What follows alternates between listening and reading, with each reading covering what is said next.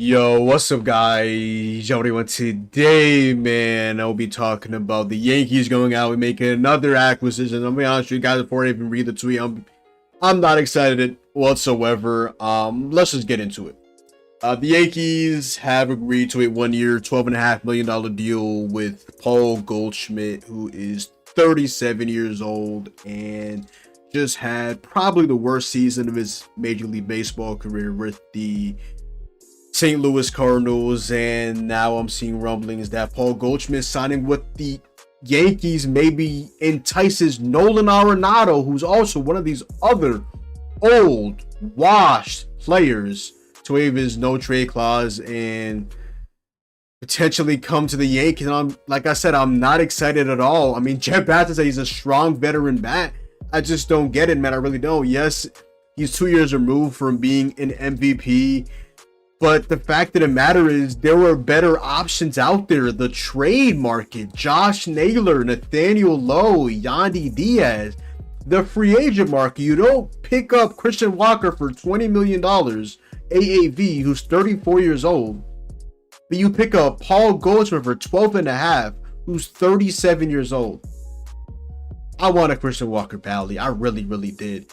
I don't mind the stopgap just because you can always move Cody Bellinger to first base, and you have to make a huge offer to Kyle Tucker next offseason. Obviously, he can't re-sign with the Cubs. What's it called? During this, prior to heading to next season free agency, because if that happens, it's never been more over. It's never been more over.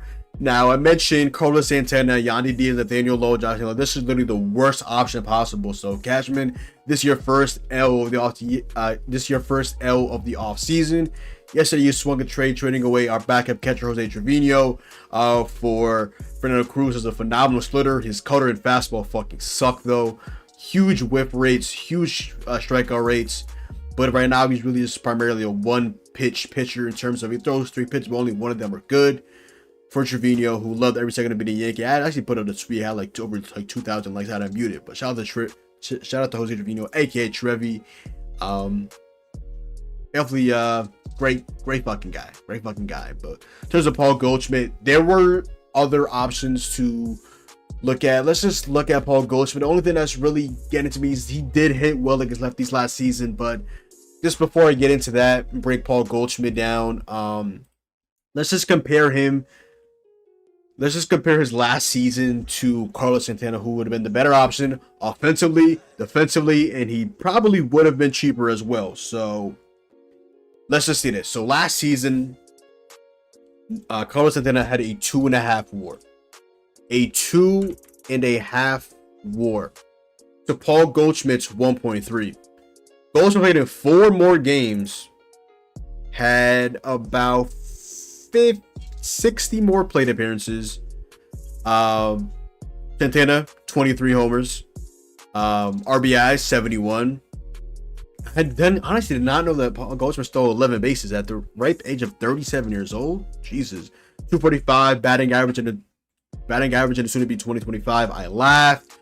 On base percentage, Santana 328, Goldschmidt 302, slugging 420 to 414. OPS, I mean, this is where it gets like, come on, man. 749 OPS to 716. That on base of 302, my brother in Christ. That is the look at the gray in Goldschmidt's beard. We just did this with Rizzo and Donaldson, the back end of Rizzo. Rizzo started off hot. Donaldson, man, he was pimping flyouts. Like, man, this is like beyond underwhelming. 98 OPS plus. He was a below average hitter last season. He had 100 WRC plus on Fangraphs. Then won a Gold Glove, his first career Gold Glove, I believe, at the age of 38. He's now entering his 39 season. He had a 109 WRC. He had a 109 OPS plus compared to Goldschmidt's 98. Like, Cashman, man, like, what are you seeing in this? What are you seeing in this? I'm seeing Cardinals fans, they complain about Paul Goldschmidt all last season. And I did see this one clip of him literally just selling out for power striking out more than he's ever striking out, he doesn't have the bat speed anymore. This is a normal Paul Goldschmidt at bat. Look at him against Freddie Peralta. Just swinging right through it. Swinging right through a hittable pitch right in the zone. Like, I don't get it. I really don't. I really don't. Now, I'm not going to try to hate Goldschmidt, so I'm going to come up with something to make him feasible, I guess. I mean, he played 150 games at first, 5 games at DH last season. I mean, I guess. Against lefties, he's really good. He's always been a lefty killer. 134 WRC+ against lefties, but only an 88 against righties. Do you really think Paul Goldschmidt would come into the Bronx to be a platoon with Ben Rice? Well, I like Ben Rice. All that matches look good. Second half last season, though, he was god awful. He was straight up pitiful. And of course, watch the reason why we signed Paul Goldschmidt because of Aaron Judge, who did the same shit with Alex Verdugo, and he had his worst season with us. Like, I just saw this Ken Rosenthal tweet. Oh my goodness. So against righties last season, Paul Goldschmidt had a 29.8% strikeout rate, only a 16.8 against lefties. So he's really good against lefties, literally terrible against right-handed pitching. So if you platoon Ben Rice and Paul Goldschmidt, why would he come to the Bronx for $12.5 million to play like a third of the season? That's like the Jose Trevino versus Austin Wilson. Trevino was making like what, $3 or $4 or $5 million a year to be the weak side platoon. You don't pay $12.5 million for a weak side platoon. This is bad. You know that Stephen A meme? This is bad. This is very, very bad. This is very, very bad. 473 slugging versus lefties, 395 against righties, 838 OP against lefties, 675 against righties. Like, brother, that shit stinks. I mean, I guess he was better away. 133 WRC+ away, 85 at home. He ended off the season a lot better. First half, he had an 87 WRC+, and the second half, he had a 120. Let's just go by months as well, I guess. Like, brother, this is like, I'm trying. I'm really, really trying, but this is terrible, man.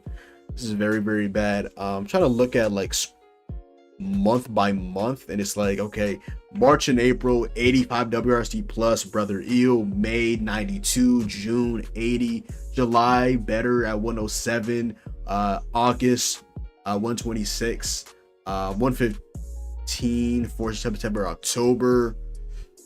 I guess he ended off the season with 3 straight months within WRC+ over 106 at least. 107 was the lowest.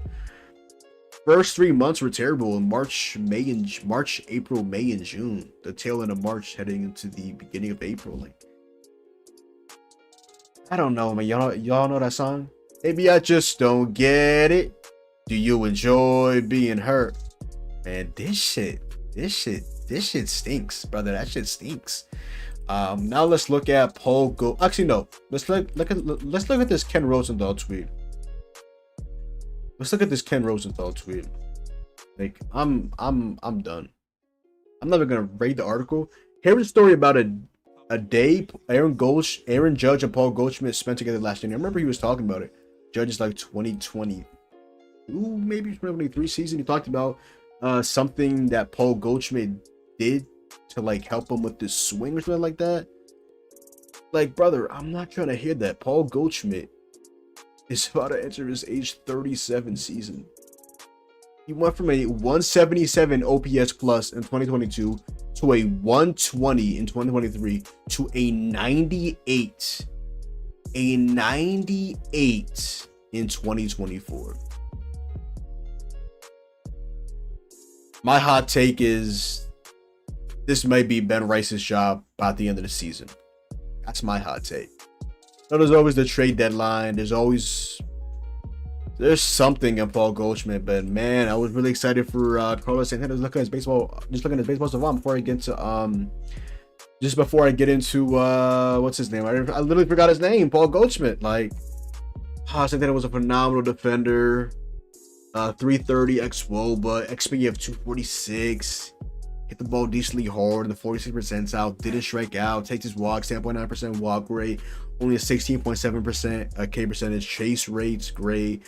in the 83rd percentile, squared up in the 79th percentile, and fielding defensively, great. OAA, 14 outs above average, won a Gold Glove.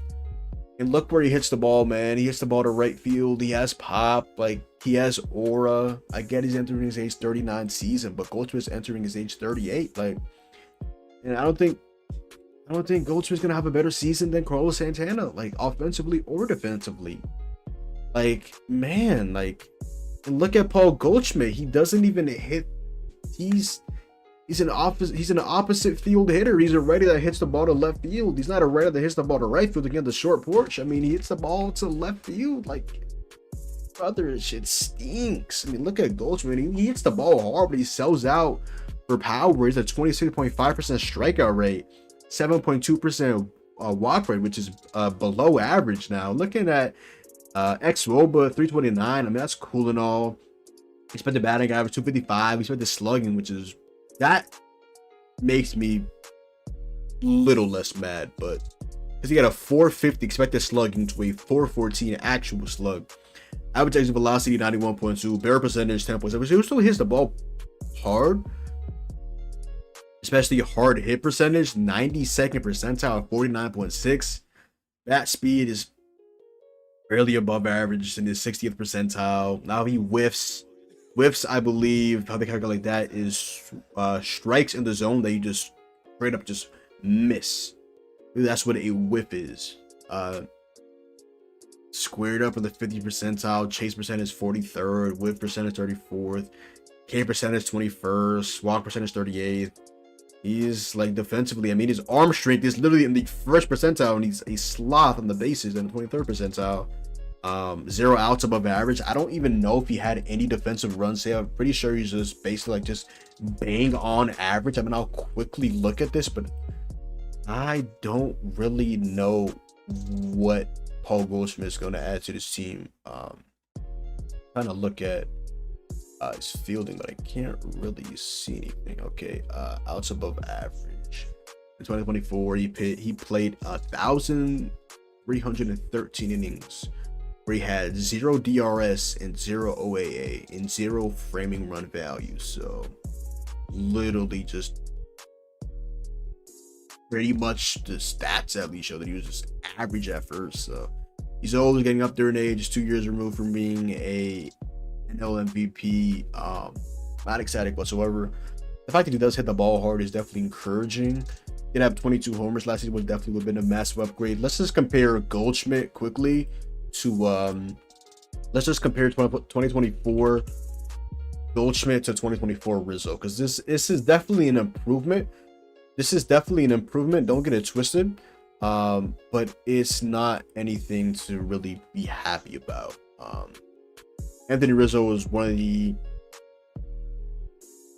he was just a comfortably below average hitter last season. Yes, Goldschmidt played a lot more games than him, but just looking at this right here, I mean, he clears them, but it's like it's Anthony Rizzo in the year 2024. Like, it's an upgrade, but I wanted more of a guy that's better offensively and defensively, so that can help out Max Fried, who guy that pitches soft contact, induces soft contact. And now we're like, oh brother, $12.5 million about to reach the Steve Cohen tax, and we still don't have a third baseman. Oh my god, like if there's any position for me to be like, okay, just play one of the young guys that's not like Jason Dominguez, Austin Wells, or Anthony Volpe, it'll be first base, and just fuck it Ben Rice, start at first base, get me a third baseman, get me Ha-Sung Kim, maybe move Jazz to third, or keep Jazz at third and move Ha-Sung Kim to second. We don't really need a third baseman, we really need a second baseman. They love Jazz's arm at third. Hopefully Goldschmidt is good at like picks, because that's what Rizzo was good at, like scoops and picks and things like that. Goldschmidt at 1.3 WAR, Rizzo 0.2. He played in 154 games to Rizzo's 92, so he played in 54 plus 8, which would be 62 more games than Anthony Rizzo. Plate appearances, he had 147 hits, 22 homers to Rizzo's 8, 65 RBIs to Rizzo's 35. 11 stolen bases, which I find interesting at their age of like 36. He stole 11 stolen bases to Rizzo's 0.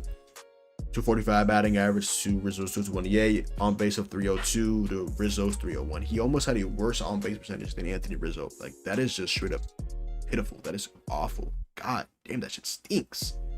On base, that's just embarrassing, Goldie.